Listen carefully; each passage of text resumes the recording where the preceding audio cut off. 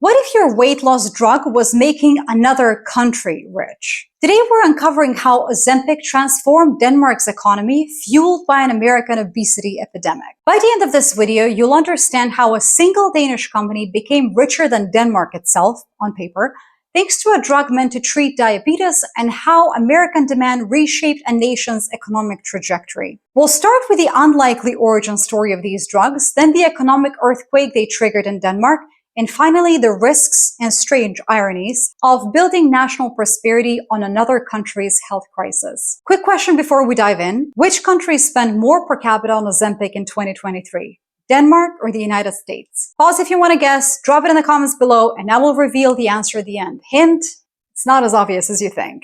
Okay. It started as many big pharmaceutical success stories do, with a narrow medical focus. In 2012, Danish drug maker Novo Nordisk, headquartered in the quiet Copenhagen suburb of Bagsværd, developed Semaglutide. It was designed to help patients with type 2 diabetes manage blood sugar levels. Doctors soon noticed something else. Patients were losing weight, and a lot of it. The drug, marketed as Ozempic, got its first FDA approval in 2017. At first, it was prescribed primarily for diabetes, but then Novo Nordisk did something that would redefine its future. They repackaged Semaglutide as Wegovy, with an explicit focus on weight loss. The science is fairly straightforward, to me as a layperson in this field. Semaglutide mimics a gut hormone called GLP-1, which tells your brain that you're full. The results can be dramatic, especially in a country like the US, where over 40% of adults are classified as obese. That rebranding was not just a marketing pivot, it was the economic equivalent of striking oil in your backyard, basically. Suddenly, Novo Nordisk wasn't just competing in the diabetes market, they had essentially created an entirely new category. Weight loss drugs had historically been a graveyard of failed products and safety scandals, but semaglutide's dual approval gave it medical credibility that previous diet pills never had. The company went from selling to diabetics to potentially serving anyone struggling with weight, expanding their addressable market by tens of millions of people overnight. It's the kind of strategic repositioning that business schools will probably teach for decades. By 2022, Denmark's economy was in its usual enviable rhythm. Steady growth, high but predictable taxes, and a welfare state stocked with benefits Danes tend to take for granted: universal healthcare, paid parental leave, and free education. Then, seemingly overnight, a single company redrew the country's economic profile. Novo Nordisk's weight loss drugs went global, and the macroeconomic data stopped looking like Denmark's at all. Between 2022 and 2023, roughly 2/3 of the nation's GDP growth came from pharmaceuticals, and not just any pharmaceuticals, but overwhelmingly from Ozempic and Wegovy. This wasn't just a boost to the economy, it was a full-scale tilt, as if the entire country had been quietly rebranded as a highly specialized biotech hub. At one point, Novo Nordisk's market capitalization surpassed Denmark's entire GDP, a surreal moment that would be like Apple being worth more than all of Italy. The government's tax receipts told a similar tale. In 2023 alone, Novo Nordisk paid 2.3 billion Danish kroner in corporate tax, billions of kroner flowing straight into the treasury. That's the equivalent of one company underwriting major portions of the national budget. And for a country of just over 6 million people, those numbers land with outsized force. It wasn't just a good year for Denmark, it was an economic windfall so concentrated that Danish GDP started to look suspiciously like Novo Nordisk's annual report with extra steps. The real engine behind this Danish gold rush is, of course, the United States. American demand for Ozempic and Wegovy has been nothing short of a cultural phenomenon. Celebrities name-drop them on late-night talk shows, TikTok influencers share before and after videos to millions of followers, and US doctors have been prescribing them far beyond the diabetic population they were originally approved for. By 2024, US sales weren't just a healthy revenue stream, they were the primary force behind Novo Nordisk's rise to global dominance. The company's weight loss drug portfolio pushed Denmark's pharmaceutical export to unprecedented highs,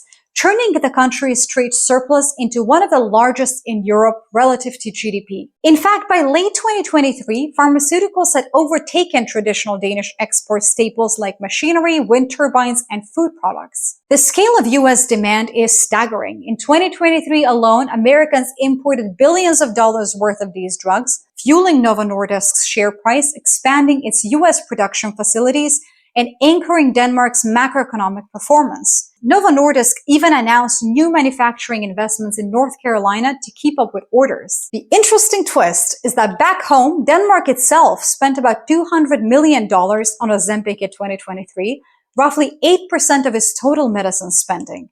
Double what it has spent the previous year, by the way. But that's still pocket change compared to what Americans spent importing it.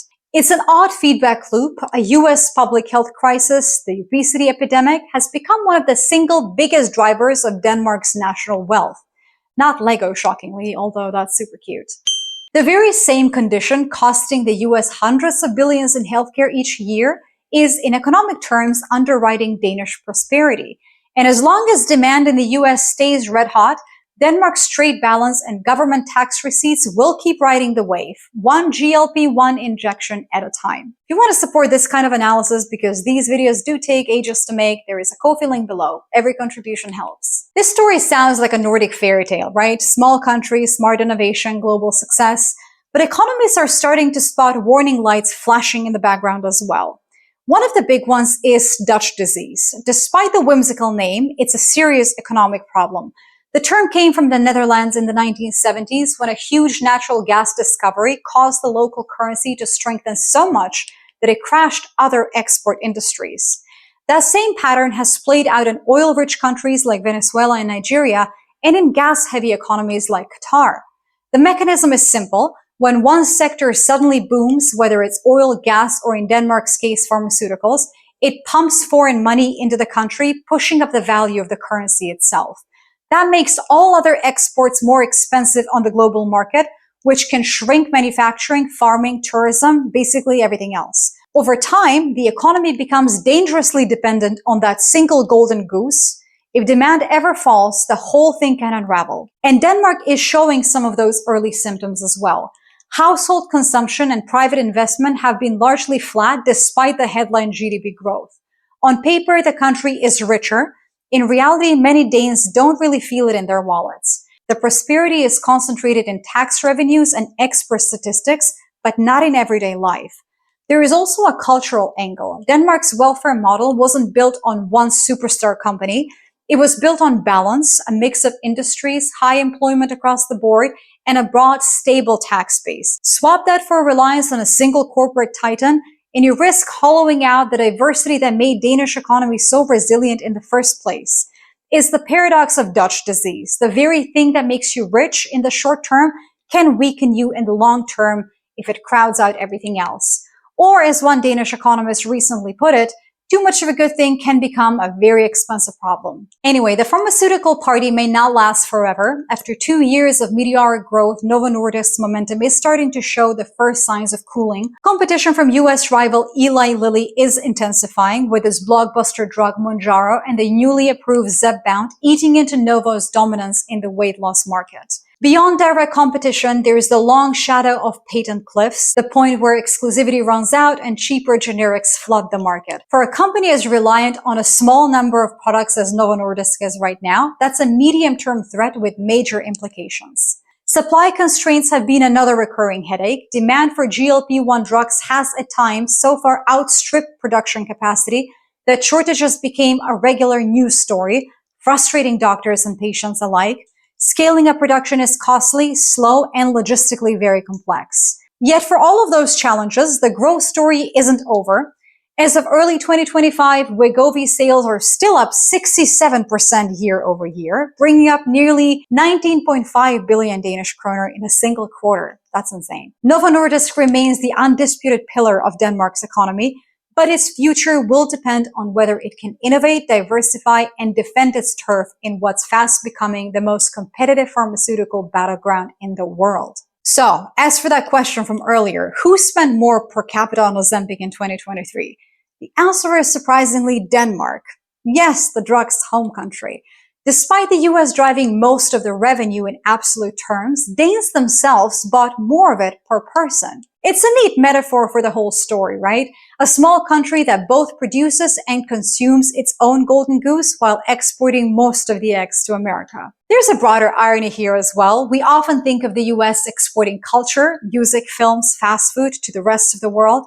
But in this case, the US exported a public health crisis and Denmark just found a way to monetize it. Whether that is sustainable or ethical depends on where you think the line is between solving a problem and profiting from it. If you want to keep pulling this thread, my video, Who is Really Living the American Dream, Denmark or the US, is the natural next stop. And maybe the better question isn't whether Denmark can keep getting rich off American obesity, but whether either country can afford the consequences if it does. Thank you for watching, and I'll see you in the next one.